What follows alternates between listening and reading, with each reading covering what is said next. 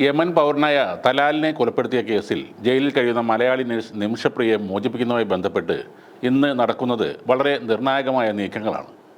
നിമിഷപ്രിയയുടെ വധശിക്ഷ നാളെ നടപ്പിലാക്കുമെന്ന ഉത്തരവിന് പിന്നാലെയാണ് ചർച്ചകൾ ഏറെ നിർണായകമാകുന്നത്.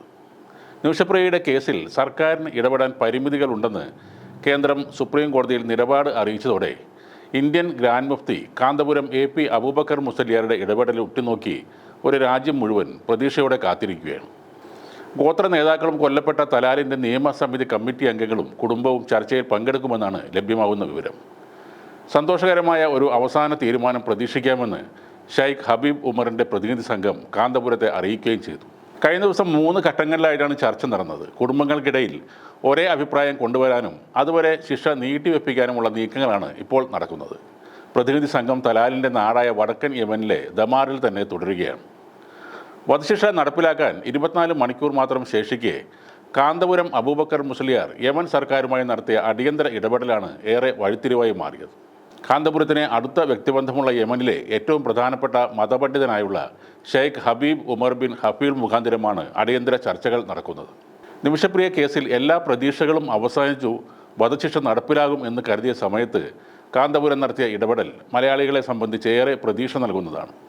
കാന്തപുരം AP അബൂബക്കർ മുസ്ലിയാരുടെ നേതൃത്വത്തിൽ യമനിൽ നടക്കുന്ന ചർച്ചയിൽ വലിയ പ്രതീക്ഷയുണ്ടെന്ന് സേവ് നിമിഷപ്രിയ ആക്ഷൻ കൗൺസിൽ ഭാരവാഹികളും നേരത്തെ അറിയിച്ചിരുന്നു.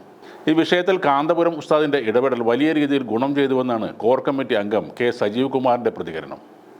ഉസ്താദിന് യമനിൽ ഉള്ള ബന്ധങ്ങളാണ് ഏറെ സഹായകരമായത്. നിമിഷപ്രിയക്കെതിരായ വധശിക്ഷ നിർത്തലാക്കും എന്ന് തന്നെയാണ് പ്രതീക്ഷയെന്നും അവർ പറയുന്നുണ്ട്. മുൻ മുഖ്യമന്ത്രി ഉമ്മൻചാണ്ടിയുടെ മകനും MLAയുമായ ചാണ്ടി ഉമ്മൻ്റെ ആവശ്യപ്രകാരമാണ് ഇന്ത്യൻ ഗ്രാൻഡ് മുഫ്തി കാന്തപുരം ഈ വിഷയത്തിൽ ഇടപെടുന്നത്. നിമിഷപ്രിയയുടെ അമ്മ പ്രേമകുമാരിയും മറ്റും യമനിലെ സനയിലെത്തി ദീർഘകാലമായി ഈ വിഷയത്തിൽ ഇടപെടുന്നു എങ്കിലും കൊല്ലപ്പെട്ട തലാലിൻ്റെ ജന്മനാടായ ദമാറിലേക്ക് എത്താനും ആ കുടുംബവുമായി നേരിട്ട് ആശയവിനിമയം നടത്താനും അവർക്ക് കഴിഞ്ഞിരുന്നില്ല. എന്നാൽ യമനിലെ സർവ്വ ആദരണീയനായ പണ്ഡിതൻ ഷെയ്ഖ് ഹബീബ് ഉമർ ബിൻ ഹഫീഡിൻ്റെ ഇടപെടലിലൂടെയാണ് നാട്ടുകാരും കുടുംബവും ചർച്ചയ്ക്ക് തയ്യാറായത്. അദ്ദേഹവുമായി കാന്തപുരം ഉസ്താദിന് വളരെ അടുത്ത ബന്ധമാണുള്ളത്. ഇന്ത്യൻ ഗ്രാൻഡ് മുഫ്തിക്ക് ഒരു വിദേശ മുസ്ലിം രാജ്യത്ത് എന്തുമാത്രം വിലയുണ്ടെന്ന് കൂടി തെളിയിക്കുന്നതാണ് കാന്തപുരത്തിൻ്റെ ഇപ്പോഴത്തെ ഇടപെടൽ.